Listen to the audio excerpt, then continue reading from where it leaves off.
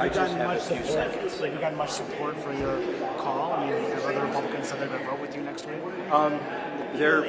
Everybody's having hearings right now, and they're wondering what happened this morning. So I've been updating my colleagues on the fact that we'll be voting next week on the motion to vacate.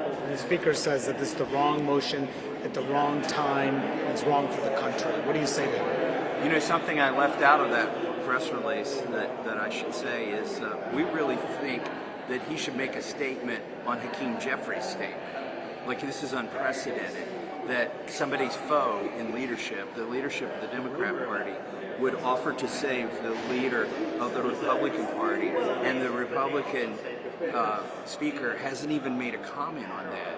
I mean, you would think he might say something like, I don't need their help, or I reject their help, or I'll take their help, but I won't give them any aid and comfort. But he's not said anything about it. Like, I think that's odd.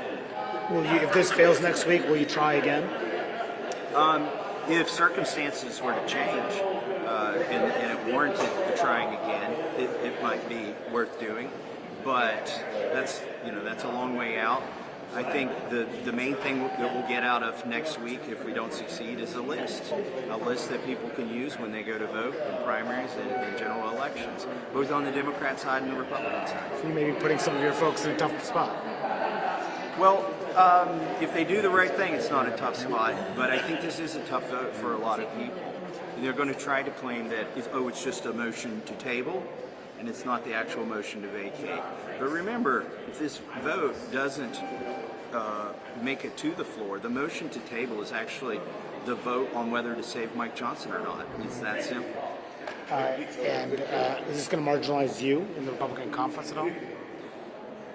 I'm not worried about that. I've been here 12 years. People thought, would it marginalize me if I was the only one who opposed the CARES Act in 2020 and forced all of Congress to come back and vote on it? I think I was temporarily marginalized, but ultimately, most of my colleagues agree with me that was the right thing to do at the time now. So I'm willing to give up a little bit of temporary likability in order to gain long-term credibility among my colleagues. Okay, thanks for your time. Thanks, Monty.